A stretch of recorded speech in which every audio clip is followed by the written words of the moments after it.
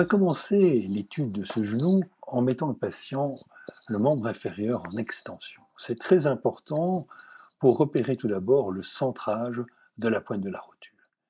Ce centrage doit rester soit exactement à hauteur du fond de la trochlée, soit être légèrement latéralisé à droite, mais la distance entre la pointe de la rotule et le fond de trochlée ne peut excéder 1 cm, comme par exemple sur ce genou gauche où vous voyez que la pointe de la rotule se situe grosso modo à 2,5 cm du fond de la trochlée.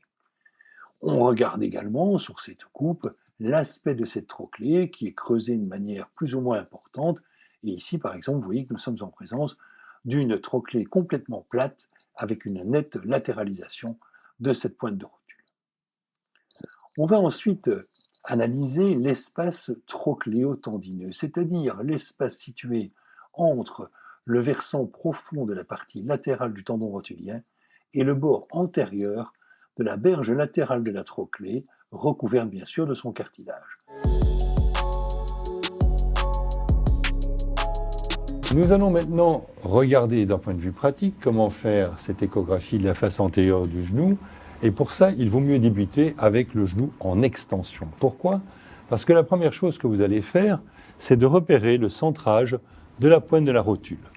Vous voyez ici le contour de la rotule, on va descendre doucement jusqu'à la pointe de la rotule et vous la voyez par rapport à la trochlée. Vous appréciez le centrage de la pointe qui ne doit pas être décalé de plus d'1 centimètre par rapport au fond de la trochlée. Ensuite, c'est également dans cette position-là que l'on va analyser les tendons rotuliens, mais aussi quadricipitales, au niveau de leur anthèse, si la moindre image hypoéchogène est suspectée à leur niveau. Pourquoi ? Parce que en Doppler, c'est en extension qui doit être réalisé. Si vous fléchissez le genou pour faire votre Doppler, les petits vaisseaux seront complètement comprimés et vous n'aurez plus aucun signal.